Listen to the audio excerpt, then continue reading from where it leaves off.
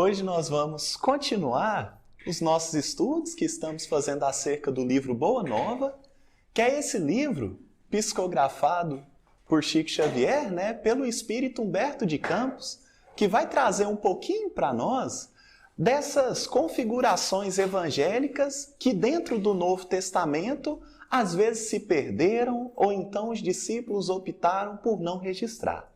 E no dia de hoje nós vamos abordar o capítulo 7 do livro Boa Nova, que é intitulado A Luta contra o Mal.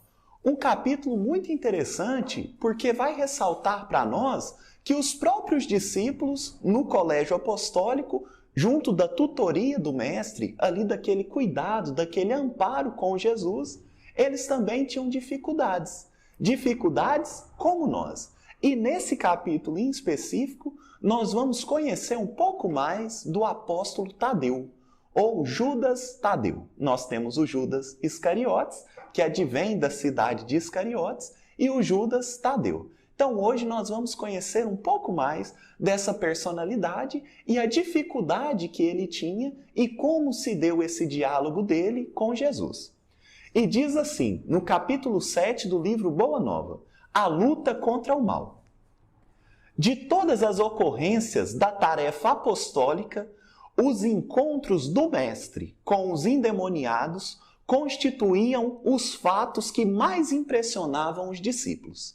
Então, de tudo que Jesus fazia, quando Jesus se encontrava com algum endemoniado, vai nos dizer Humberto de Campos que era o que mais chamava a atenção dos discípulos. Que eles ficavam assim mais admirados, que eles ficavam mais surpreendidos acerca do modo que o mestre procedia ali naquela circunstância. A palavra diabo, à época, era então compreendida na sua justa acepção. Então essa palavra aqui, ela vem do hebraico que quer dizer Satanás. Satanás no hebraico vem de Satã, quer dizer adversário. Então, se nós fôssemos imaginar hoje, contextualizando, eu, no nosso país, gosto muito de futebol. E eu tenho um time favorito. E o meu time, então, joga contra outro. Vamos imaginar Corinthians contra Palmeiras. Palmeiras é o Satanás do Corinthians, porque significa o adversário. Apenas isso. Nada mais do que isso. Não é alguém criado para o mal, não é nada disso. Então, essa palavra, no contexto de Jesus, e era assim que os discípulos entendiam também, nada mais quer dizer do que um adversário. Então, eu estou disputando um jogo qualquer, uma partida que seja de pimbolim, de futebol de tampa.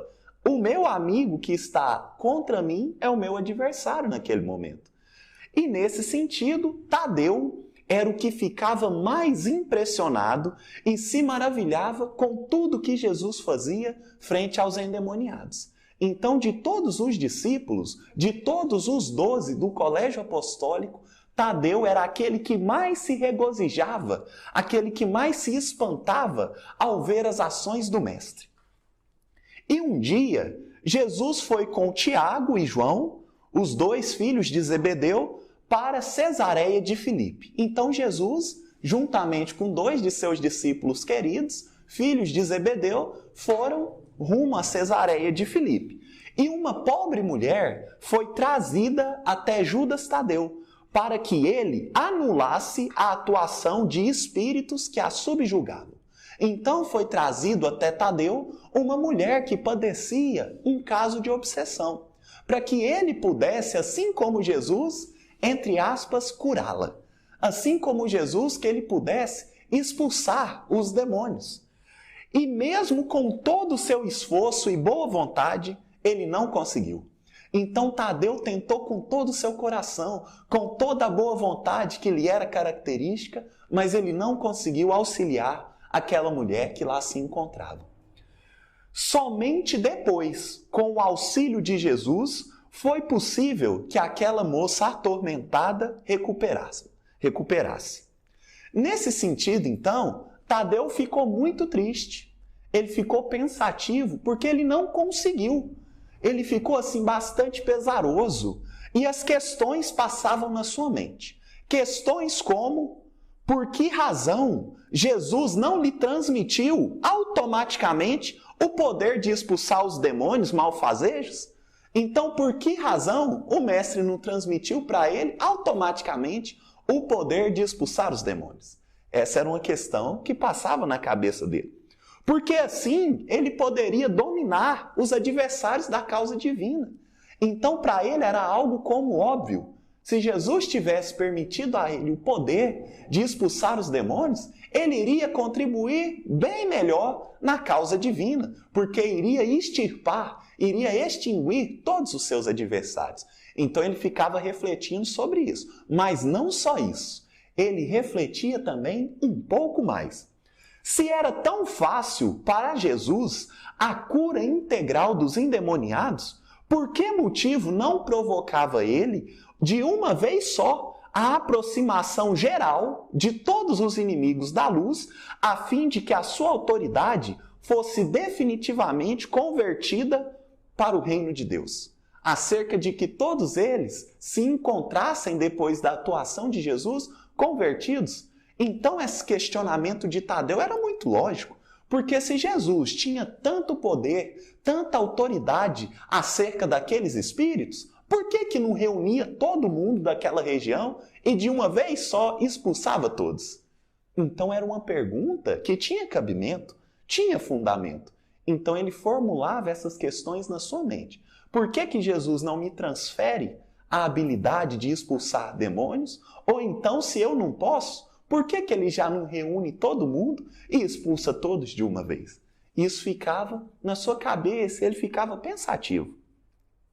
Nesse sentido, ele procurou o mestre certa vez com humildade, para propor, para expor as suas ideias do íntimo. Então Tadeu espera Jesus no momento de solidão, para que eles pudessem ter um encontro íntimo, e com humildade começa a colocar para ele suas indagações, que são essas aqui que nós acabamos de ler. E depois de Jesus escutá-lo com muito carinho, ele diz assim: Tadeu, mas qual o principal objetivo das atividades da tua vida? Então Jesus vai no ponto certeiro. Porque Tadeu aqui, ele estava querendo uma autoridade para poder expulsar demônios, ele estava querendo que todo o mal fosse extinguido da terra pelas mãos de Jesus. E aqui Jesus, depois de ouvir todas as suas indagações, vai no ponto central do seu coração, dizendo mais ou menos assim: Tadeu, mas calma. Antes de você querer auxiliar o outro, antes de você querer expulsar demônios, antes de você querer estabelecer o reino de Deus na terra, qual é o principal objetivo da sua vida? O que você quer de mais profundo, do íntimo do seu ser? Qual o seu motivo real de desenvolver qualquer atividade? Uma pergunta que, se a gente não estiver esperto e ligeiro, podemos pensar que Jesus está fugindo do assunto. Porque estava falando aqui de expulsão de demônios. O que tem a ver com atividades principais da nossa vida? Mas ele coloca essa pergunta. E nesse momento, Tadeu, como que inspirado do reino divino, responde: Mestre, eu estou procurando realizar o reino de Deus no coração. Então Tadeu foi inspirado na resposta. E ele respondeu muito bem, que estava procurando realizar então esse reino de Deus no coração. Mas será que para por aí? Não. A narrativa continua. E Jesus diz assim: se procuras, Tadeu, semelhante realidade, por que reclamas o adversário em primeiro lugar? Como assim? Então ele está dizendo assim para Tadeu: olha, Tadeu, se você reclama tal atividade, que é a implementação do reino de Deus no coração, por que você almeja fazer isso no adversário primeiro? Por que você almeja estabelecer o reino de Deus no inimigo primeiro, antes de estabelecer em você mesmo, no seu próprio coração? Então, Jesus ele vai no ponto central. Porque quantas vezes nós queremos educar os nossos amigos, para não dizer os nossos inimigos, mostrar a eles como se faz, quando em nós o reino de Deus não está edificado. Quando em nós há o menor desajuste da nossa vida, há o menor desequilíbrio das circunstâncias, nós nos entregamos aos vícios, não apenas os vícios físicos, mas os vícios morais que nós carregamos. Então basta alguém nos desagradar e eu já retomo aqueles instintos de um animal raivoso que sai para atacar os outros. Isso a gente não deve fazer. Porque, na verdade, eu estou querendo construir no outro algo que eu não construí em mim anteriormente. E é sobre isso que Jesus vai colocando. Mas ele não para por aí.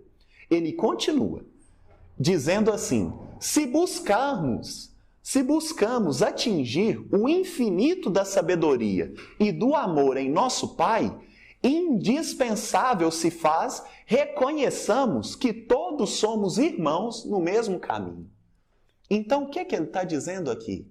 É muito fácil eu menosprezar o outro, eu rebaixar o outro, quando eu o vejo diferente de mim. Então eu falo assim, olha, aquela pessoa é pior do que eu porque ela tem alguns quilos a mais. Olha, aquela pessoa é pior do que eu porque ela tem um sexo oposto. Olha, aquela pessoa é pior do que eu porque ela tem a cor de pele mais escura. Olha, essa pessoa é pior do que eu porque ela mora em um país diferente. Então é muito fácil menosprezar o outro quando nós colocamos que ele é muito diferente de nós. Mas aqui Jesus está falando, não, Tadeu, nós somos iguais, irmãos no mesmo caminho. Assim fica mais fácil aceitar as dificuldades do outro. Porque nós temos esse exemplo nas nossas próprias casas. É muito difícil lidar com um vizinho que nos perturba. Mas se quem nos perturba for o nosso irmão, às vezes a gente tem um pouco mais de paciência. Porque a gente fala assim, ele é doidinho mesmo, mas é desse jeito desde que nasceu. É desse jeito aí mesmo, tem paciência com ele. Mas se é alguém fora do nosso convívio, a gente não tem essa paciência. A gente não tem esse cuidado, esse tato, esse carinho. E é preciso ter. Por isso que Jesus faz questão de dizer aqui, para seguir na senda infinita da sabedoria e do amor, necessário se faz reconhecer que todos somos irmãos no mesmo caminho. E o que isso quer dizer? Quer dizer que nós temos um pai comum, quer dizer que nós fazemos parte da mesma família e quer dizer que a tristeza de um irmão meu é a tristeza minha. Porque ele faz parte da minha família. Nós não ficamos entristecidos quando alguém na nossa casa passa por dificuldades, mesmo que nós estejamos bem. É porque nós sabemos que aquele ente é um ente querido que pertence à minha família. Mas e se nós abrangêssemos isso para a humanidade toda? A gente às vezes iria ficar triste quando alguém é noticiado no jornal que foi assassinado. E aí eu não penso que é só um número. Eu penso que é um irmão meu que foi assassinado. E aí eu fico triste. E aí eu fico preocupado. E aí eu fico responsável pela segurança dele também. E é isso que nós somos chamados a fazer com os esclarecimentos do Evangelho. Falar que o sofrimento do outro nos dói também. Que a dor do outro nos toca também. E ele não está sozinho, porque ele tem um irmão, que sou eu. E estou pronto, prestes a ajudá-lo. Isso a gente precisa ter como meta no nosso dia a dia. Ter como livro a ser seguido na nossa conduta. E é exatamente por conta dessa reflexão que Tadeu, então, ele vai prosseguindo. E prosseguindo, ele diz assim, mas Senhor, os espíritos do mal são também nossos irmãos? Então Tadeu coloca, tudo bem, eu entendi, mestre. As pessoas, todo mundo irmão. Mas até mesmo os espíritos do mal, esses demônios aí, esses negócios, esse espírito impuro, eles também são nossos irmãos? E aí ele inquire, admirado, perguntando assim, não é possível, mestre. Mas eu não estou acreditando, é sério? E aí a resposta de Jesus é simples, singela. Mas Jesus responde assim, toda criação é de Deus. Toda criação é de Deus. Simples, assim como caracteriza a linguagem do Mestre. Sem muitos enfeites, sem muitas coisas aleatórias, né, que não são necessárias num discurso, mas certeiro. Se toda a criação é de Deus, não é por acaso que a primeira expressão da maior oração conhecida no mundo é Pai Nosso. Não é meu Pai. Jesus disse Pai Nosso. E se nós compreendêssemos, quem sabe, essa primeira parte dessa oração dominical, talvez todos os problemas do mundo já estariam resolvidos. E nós rezamos isso há muito tempo. Não só nessa encarnação, mas em várias outras atrás. E todas as vezes nós dizemos Pai Nosso da boca para fora. Não, mas eu já consigo reconhecer que nós somos irmãos. Mas eu não mudo a conduta, então é da boca para fora sim. Então toda vez que eu falo Pai Nosso e eu não consigo me sentir tocado pela dor do outro, eu estou dizendo Pai Nosso da boca para fora. E eu nem terminei a oração, é só Pai Nosso. Então, para que a gente perceba que Jesus, ele não dá ponto sem nó, vamos assim dizer. Ele não coloca as coisas a esmo de qualquer forma, mas sempre há lições nas suas palavras e nos seus ensinos. Então, quando eu coloco Pai Nosso, eu estou querendo dizer que todos os espíritos do universo são meus irmãos. Inclusive aqueles que eu não gosto. Inclusive aqueles que eu falo que são demônios. Porque demônios não existem. O Espiritismo vai nos dizer isso. Nada mais são do que irmãos nossos que têm um prazer a mais em realizar as obras que não são da alçada do amor, mas não são demônios criados para o mal. São apenas irmãos nossos que ainda não são tão afinizados com o ato de amar. Apenas isso. E continuando Jesus, ele diz assim: os que vestem a túnica do mal envergarão um dia a da redenção pelo bem. Ou seja, Tadeu, mesmo aqueles que você acha que não tem jeito, porque hoje vestem, envergam a túnica do mal, um dia vestirão e estarão vestindo, portando a do bem. Dizendo para nós assim, não tem ninguém que se perde. E é por isso que Jesus é bem claro, dizendo assim: nenhuma ovelha que meu Pai me confiou se perderá. Nenhuma, gente. Todos nós teremos a nossa redenção. A única coisa que pode mudar é o tempo. Mas todos nós alcançaremos a evolução que nos é necessária, que nos é preciso para chegar até o Mestre. Então é necessário que a gente perceba que todos que vestiram a túnica do mal vão vestir um dia a do bem. Por quê? Jesus, ele disse aqui nas entrelinhas, se é uma túnica, é porque é uma roupa, não é ele. Você é sua roupa? Não, você não é sua roupa. Então a essência, gente, o profundo, o essencial das pessoas que fazem o mal é o bem. É o bem. Elas só estão com uma máscara por cima, com uma roupa, uma fantasia. Fazer o mal é uma fantasia que nós colocamos, porque nós não somos assim. É por isso que toda vez que nós temos um contato mais direto com o mal, nós adoecemos, porque não é da nossa natureza fazê-lo. É por isso que uma pessoa, quando ela fica irritada, ela começa a passar mal.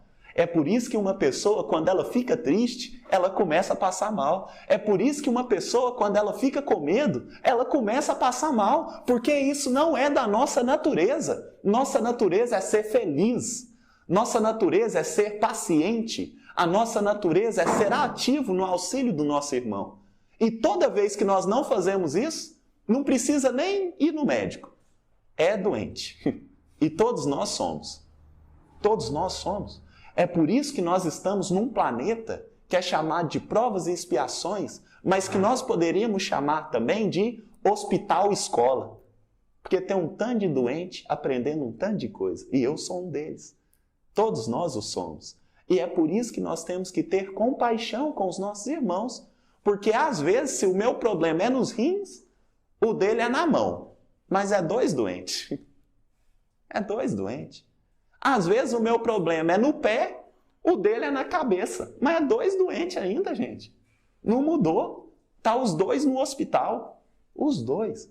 E isso aqui a gente precisa refletir, porque vai nos dizer André Luiz que quando nós olhamos as nossas imperfeições, é mais fácil admitir as imperfeições do outro.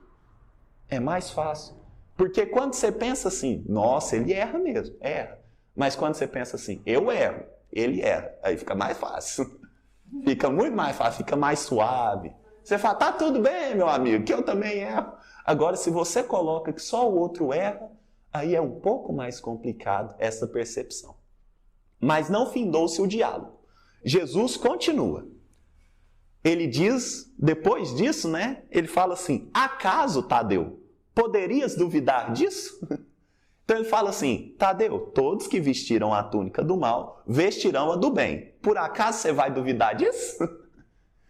Não, né? De jeito nenhum. E nós também não. Não vamos duvidar disso, que é ruim para nós. E aí Jesus continua. O discípulo do evangelho não combate propriamente o seu irmão. Como Deus nunca entra em luta com os seus filhos. Olha o que Jesus está dizendo, a profundidade dessas palavras. Se a gente pudesse recortar só isso do estudo de hoje e colocar no mundo, não ia ter guerra. Não ia ter guerra. Porque ele está dizendo assim, o discípulo do evangelho, ele não combate o seu irmão. Por quê? Porque Deus não combate seu filho. O discípulo do evangelho não quer se aproximar de Deus, não quer ser como Deus. Nos diz Jesus, vós sois deuses, sedes perfeitos como perfeito é o vosso Pai que está nos céus. Então nosso objetivo é tentar o máximo imitar as ações de Deus. E Deus não briga com seus filhos. Até porque não ia ter nem briga, né, gente? Ia ser um massacre. Deus, com toda a sua grandeza, e a gente, só fraqueza. Não ia ter jeito. Ia ser um massacre, gente. E doente ainda, gente. Então aqui, Jesus recomenda para Simão que um irmão, um discípulo do evangelho, não luta contra um irmão. Porque Deus não luta contra os seus filhos. Ou como nos vai dizer Emmanuel, Deus não se rebaixa para errar conosco. Deus não faz isso. Não precisa disso. Então nós precisamos ter essa percepção. Mas se o discípulo não combate o seu irmão, quando o irmão está equivocado, o discípulo deixa? Como é que funciona isso? E aí Jesus diz, o discípulo combate a ignorância. Por quê? Porque tem uma diferença aqui entre o que é o nosso irmão e o que é a ignorância dele. Por exemplo, vamos imaginar que uma pessoa ela é um pouco mais ignorante no respeito aos bens do outro. E aí, por conta disso, ela pega sem pedir. E aí, essa pessoa que não respeita o bem do outro e pega sem pedir, eu falo assim, essa pessoa é uma criminosa. Essa pessoa está perdida. Pena de morte para ela, prisão perpétua. Mas o que eu estou falando?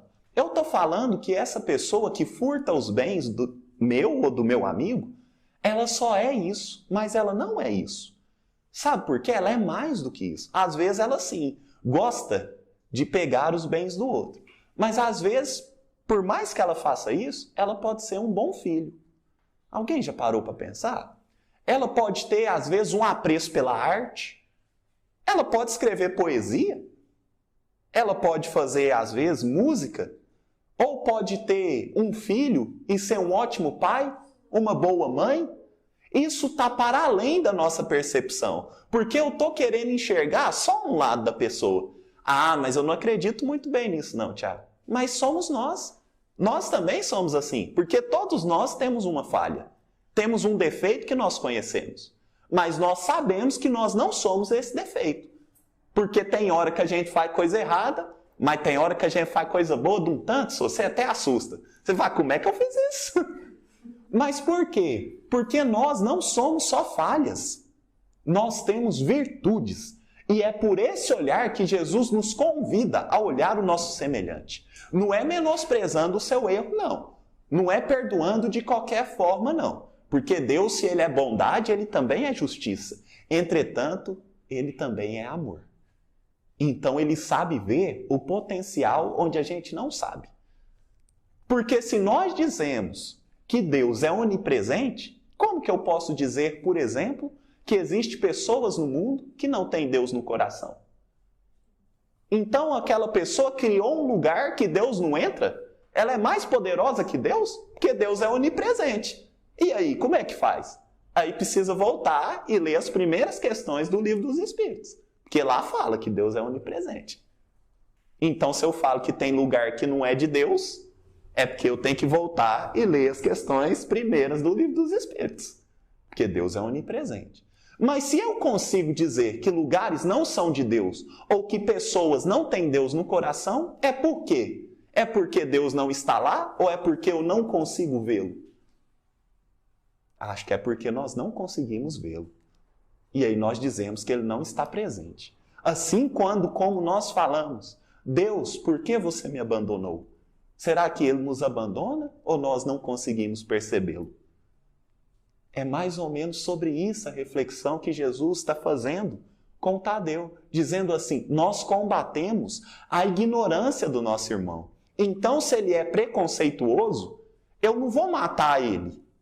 Eu vou combater o preconceito dele. Eu vou falar, ó, meu amigo, talvez pensar assim não é o melhor. Você já tentou pensar de outro jeito? Mas não é falar assim, você é inútil, você não presta, você nunca na minha vida. É complicado. Isso é complicado, porque todas as obras, segundo as palavras de Jesus, são de Deus. Então, quando nós dizemos mal de um irmão, dizendo que ele está perdido, eu estou querendo dizer sutilmente, Deus errou. Nessa aqui, Deus errou. Foi só nesse. Foi só nessa aqui. Nessa aqui, Deus, às vezes, estava cansado, né? Fez muita gente, chegou nesse aqui, errou a mão. Aí ficou desse jeito. Então, a gente tem que tomar cuidado. Temos que tomar cuidado. E aí, se o discípulo do Evangelho combate a ignorância, Deus trabalha para a vitória do amor junto da humanidade inteira. Ou seja, enquanto nós estamos combatendo a ignorância, Deus está colaborando com a humanidade para a vitória do amor. Mas como assim? Não entendi. Deus não é onipotente? Ele não pode tudo? Como que ele está trabalhando para o amor vencer e está demorando tanto? Eu ligo o jornal, o negócio parece que está difícil, gente. Parece que não está rendendo. Mas por quê? Porque Deus está colaborando para o amor vencer. Só que tem um detalhe aqui. Junto da humanidade inteira. Então não é Deus sozinho, por isso que demora. Porque se fosse ele, já não tinha nem esse momento de desilusão, né, que a gente está. Esse momento que a gente está meio fantasioso, não ia existir esse momento. Ia ser direto. Mas como Deus quer que a humanidade inteira aprenda o amor, aí demora um pouquinho. Porque nós mesmos demoramos um tempo para aprender certas lições. Ah, mas não é bem assim não. É só pensar o que você fazia 5 anos atrás e o que você faz hoje. É simples. É igual acertar 2 mais 2. Simples. Você vai ver o tanto de lição que você não tinha aprendido, que hoje você não faz. Então, se você não faz hoje, é porque você viu que não era a melhor coisa que fazia. É sobre isso que a gente tem que ir refletindo, pouco a pouco. E é por isso que demora. Porque aqui eu não estou falando de uma família para ser regenerada. Eu estou falando da humanidade inteira, gente. É uma família, vai nos dizer Emmanuel, de mais de 24 bilhões de espíritos. Porque nós temos 8 bilhões, mais ou menos, só encarnados. 7 bilhões uns quebradinhos, né? Mas só encarnados, gente. E os desencarnados, que é muito mais do que os encarnados. E aí, numa proporção simples, de 3 para 1, a gente chega ali facilmente para 20 e poucos bilhões. É isso que Jesus vê como a sua família. E é isso que eles esperam que todos vejam também. Nós, como irmão, um do outro. E aí Tadeu, então, depois de ouvir sobre isso, ele fala, tudo bem, mestre, entendi, mas agora, como que eu faço? A gente não poderia reunir todos os gênios maus e convertê-los de uma vez à verdade? Porque antes, olha como ele está progredindo. Antes ele queria só expulsar. Ou seja, quem é bom fica daqui, quem é ruim vai embora, vou prender, vou cercar, você não vem aqui não. Você está proibido. Agora ele já aprendeu. Ele aprendeu com Jesus. Então ele fala, já sei que ele é meu irmão. E sei que ele tem que aprender o amor, tem que aprender a verdade. Mas por que nós não juntamos isso tudo? Faz uma palestrona e aí todo mundo já melhora. Todo mundo já fica bom. Não vai dar certo? Não vai ficar legal? Então olha o tanto que Tadeu já aprendeu, gente. Ele já está muito melhor que a gente. Que a gente quer, às vezes, só ignorar o outro. Sabe por quê? Eu não gosto dessa pessoa. Vou excluir ela da minha mídia social, vou excluir o telefone, vou excluir isso, vou fingir que ela não existe, pronto, acabou. Mas resolveu? Não resolveu. Porque Deus não nos deu o potencial de sumir com o outro do universo. Não existe essa mágica. Por exemplo, se eu falar assim, some, Lucas, aí ele desaparece. Não tem isso, gente.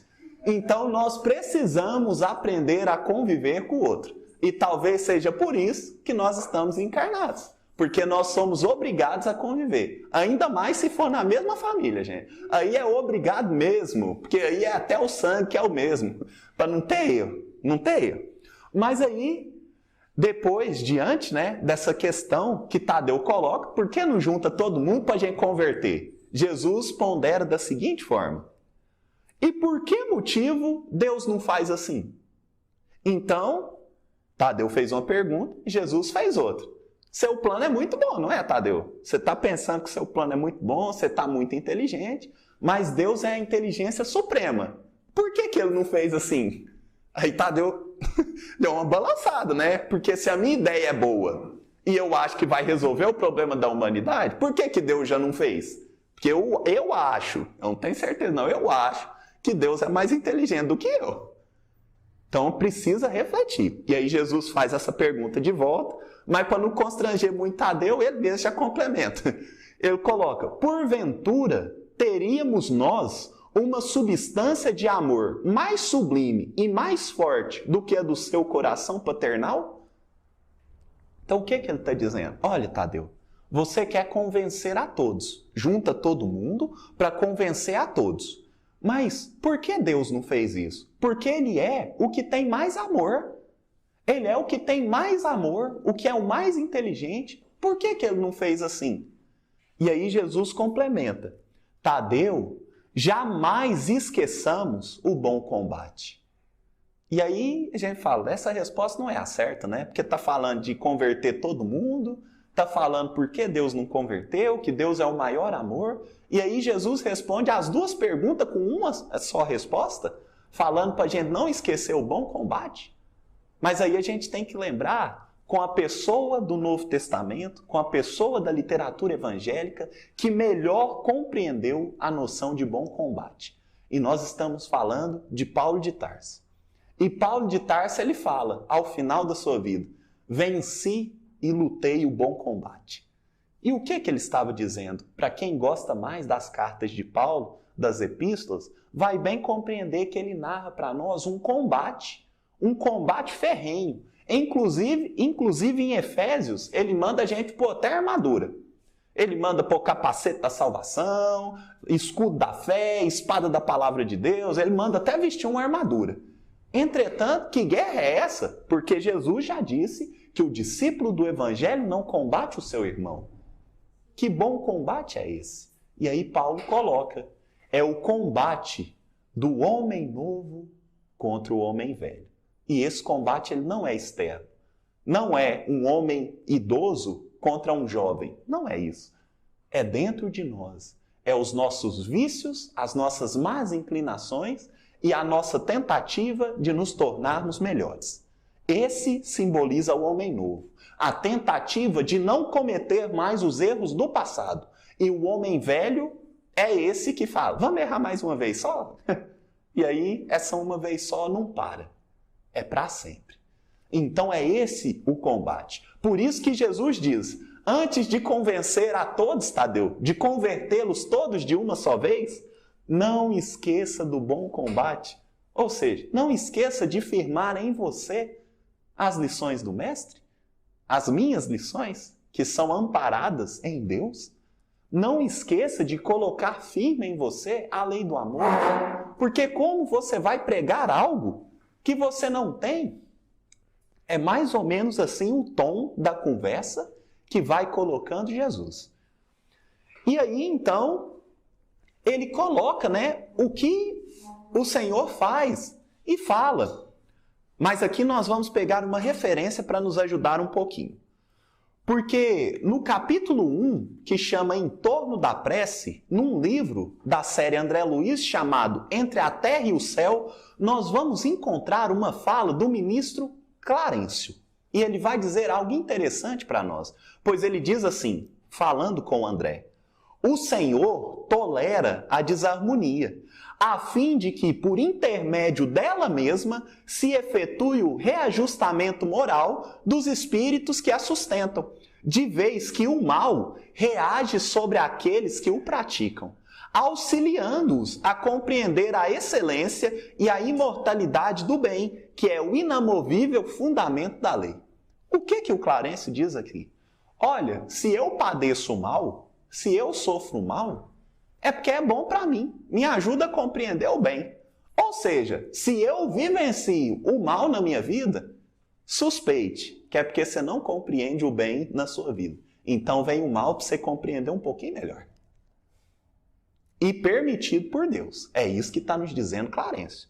Que o mal, a desarmonia, na verdade, né, é tolerada por Deus, porque ela mesma corrige os desarmônicos.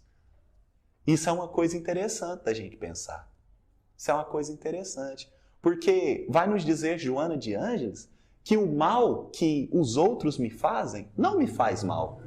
O que me faz mal é o mal que eu faço, porque esse me torna um ser mau. Então o mal que as pessoas fazem para mim, uma beleza, gente. Oportunidade de crescimento. É tipo bônus nas fases, sabe? Você quer assim evoluir mais rápido, é igual se fosse aumento de salário. Então você acha que você está bem no trabalho com Jesus, aí vem uma dificuldade, é que você está aumentando seu salário, gente. Que o salário do seguidor do cristianismo é a perseguição. Quem vai dizer isso é Paulo. Então se está aumentando a perseguição, as dificuldades, é porque você está subindo, gente. Comemore. Aumento de Deus. Aumento de Deus. Agora se está muito mais ou menos, é porque você não conseguiu progredir na empresa. Ainda está difícil, ainda está complicado. E aqui, então, voltando ao livro Boa Nova, Jesus coloca assim: segue o teu caminho atento no mundo, aos teus próprios deveres, pois não nos consta que Deus abandonasse as suas atividades divinas para impor a renovação moral dos filhos ingratos, que se rebelaram na sua casa. O que está dizendo aqui? Vou ler de novo. Segue o teu caminho no mundo, atento aos teus próprios deveres, pois não consta que Deus abandonasse as suas atividades divinas para impor a renovação moral aos filhos ingratos que se rebelaram na sua casa. O que está dizendo aqui Jesus para Tadeu? Olha, Tadeu, fica atento no seu. Faz o que te cabe. Sabe por quê? Deus não deixa os afazeres dele para impor que o outro melhore. Por isso que nós temos uma faculdade garantida chamada livre-arbítrio.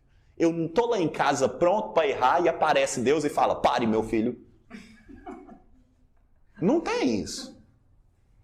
A gente precisa ser claro que isso não tem. Não tem isso. É lógico que vem uma intuição, mas é uma sugestão, não é uma imposição. É assim, poderia fazer diferente, mas eu quero fazer errado. E aí a gente faz. Já pensou se Deus nos impôsse o bem? A gente não ia nem andar, porque a gente gosta tanto ainda do mal feito, né? A gente ainda gosta, tem um carinho. A gente até sabe que está errado, mas você fala assim: oh Deus, você vai me perdoar nessa? A gente coloca. Quando não faz, pior. Porque sendo espírita fala assim: essa aí vai ser para a próxima encarnação. Então a gente coloca esse tipo de coisa. A gente coloca. E a gente tem que estar atento para essas desculpas que nós vamos utilizando. Porque não é lícito agir assim. Mas ainda Deus, ele não sai das suas atividades para ficar impondo bem para nós. E o que quer dizer Jesus a Tadeu com isso? Olha, se nem Deus faz assim, por que você quer deixar o que você está fazendo para ir lá ensinar o seu irmão a ser perfeito? Deus não faz. E Deus é perfeito. Agora você não é e quer ensinar seu irmão a ser. Então Jesus fala: foca nos teus deveres, Tadeu. Faz o que te pertence. Por quê? é indispensável meditar na lição de Deus e não estacionar no meio do caminho que percorremos. Então, quando eu vou consertar o erro do outro, ao invés de consertar em mim primeiro, eu não estou fazendo nem o meu e estou atrapalhando o dele. Porque ninguém obriga o outro a fazer o bem. Se obrigasse, Deus já obrigava.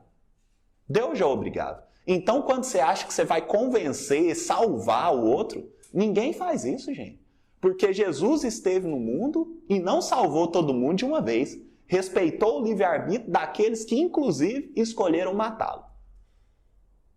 Escolheram matá-lo. Então a gente tem que aprender essa humildade do Evangelho. Porque a gente quer impor para o outro ser bom. Ah, mas vai ser bom ele ser bom. Mas é falta de caridade. Porque está desrespeitando o livre-arbítrio dele. Impor o outro a ser bom é um desrespeito ao livre-arbítrio. É lógico que nós não devemos tolerar o mal a qualquer custo. Mas não tem como eu amarrar a pessoa e falar assim, você não vai fazer o mal. Porque nós sabemos que a vida externa é reflexo do pensamento. Agora me fala, como que prende o pensamento de uma pessoa? Por isso que a estratégia do Evangelho é do convencimento, não é do medo, não é da repreensão. Não é isso. Não é você prender o outro, algemar e não deixar ele fazer nada. Não. A estratégia do Evangelho é um convencimento. Por isso que Jesus pergunta, queres me seguir?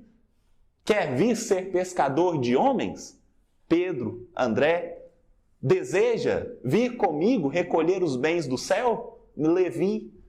É assim que Jesus faz, gente. É assim que ele faz. Ele não chega e fala, vem agora. Ele não faz assim. Ele convida. A pessoa vai se ela quiser. E aí, caminhando para as nossas reflexões finais, além desta vida, prossegue Jesus, ninguém te perguntará pelas obrigações que tocam a Deus. Então, ninguém vai perguntar das obrigações que tocam a Deus. Por exemplo, cuidar do mundo todo é uma obrigação sua ou de Deus? É fácil essa, gente. É uma obrigação de Deus, não é uma obrigação nossa, que eu não estou cuidando nem de mim direito, gente. O negócio está difícil para mim. Então, é uma obrigação de Deus. Entretanto, vão nos perguntar unicamente pelo mundo interior que pertence a ti mesmo, sob as vistas amoráveis do nosso Pai. Então, nós também somos responsáveis por um mundo. Mas não é a Terra, é o nosso mundo íntimo. Sabe por quê? Se a gente fizer uma coisa simples, mas se nós salvarmos, melhorarmos apenas a nós mesmos, a espiritualidade já vai estar de pé aplaudindo, gente. Porque se cada um fizer isso, acabou o problema. O problema é que todo mundo vai querer arrumar o do outro e nunca o seu. Aí a gente já sabe o fim da história. É essa que a gente está vendo. Agora, se cada um preocupar em fazer o seu, já vai dar certo, de um dia para o outro. Porque cada um fiscaliza o seu. É igual os meninos na sala de aula. Às vezes eu falo isso que eu sou professor. E às vezes é complicado, que a gente pede silêncio. E aí, ao invés deles fazerem silêncio, eles começam a mandar o outro calar a boca. E gritando. Aí não está conversando, mas está cala a boca, cala a boca. Cala a boca. Não consegue chegar no silêncio ainda, gente. Por quê? Porque eu estou querendo obrigar o outro a fazer o que eu não faço. Porque eu mando ele ficar em silêncio gritando. E aí? Aí é complicado. Aí a gente não atinge o objetivo. E aí coloca, né? Aceita a luta, sempre que fores julgado digno dela. E não te esqueça, em todas as circunstâncias, de que construir é sempre melhor. O que é que Jesus está colocando? Olha, mas se você é convidado para uma luta, para um embate, para um confronto, aceita, porque você foi julgado digno. Mas não esquece, no meio dessa luta, que é sempre melhor, em todas as circunstâncias, construir do que destruir. Ou seja, tem muita gente que fala assim, isso aí que você fez não tá bom, não presta, a gente tem que jogar tudo fora. E aí a outra pessoa pergunta humilde, mas o que a gente vai colocar no lugar? Não pensei ainda. Aí vai ficar só destruído. A pessoa chega na sua casa e fala assim, essa parede vai cair, isso aqui não presta, isso aqui não tá bom, pode destruir tudo. Aí você pergunta, mas onde eu vou morar? Aí ele fala, não sei. Então a gente chega na pessoa, tira todas as certezas dela, destrói toda a casa dela, fala que tudo está errado, que tudo que ela pensa não presta. E quando ela pergunta assim, mas o que é que eu vou fazer agora? Aí você fala, não pensei nisso, você acredita? Eu pensei só do que estava errado na sua vida, mas o que pode ser certo, não pensei. Agora você se vira. Eu já destruí aqui o que estava errado. Mas não é assim que a gente faz. Porque nós desabrigamos o outro das suas certezas e às vezes é o único amparo que ele tem. Aí a pessoa entra numa crise, suicida e a gente não sabe por quê. Não é isso que a gente vê no mundo, o aumento dos suicídios, e a gente fica sem entender? É porque todo mundo quer destruir tudo que as outras pessoas acreditam, mas ninguém quer colocar algo melhor no lugar. A gente ainda acredita que destruir é melhor que construir. E Jesus está colocando, em todas as circunstâncias, construir é melhor que destruir. Então, o que eu proponho para ajudar? Porque construção é assim, você vê o que tem, e aí você começa a montar. Não é você destrói tudo, joga tudo fora. Não é assim que a gente faz. Quando a gente dá banho no menino, nós não jogamos ele fora junto com a água da banheira. É isso que a gente tem que aprender. Não é jogar tudo fora. Tem coisa ali que é boa, gente. É só ajustar. Só ajustar. E aí vamos continuando. O adversário é sempre um necessitado que comparece ao banquete das nossas alegrias. Então o adversário, ele é um convidado, um necessitado que aparece no banquete das nossas alegrias. Vamos imaginar isso num exemplo prático. A gente está fazendo uma festa na nossa casa e aí aparece alguém que você não gosta. E a pessoa entra. Você fala, nossa, nem convidei, né? Agora tá um pouco azedo.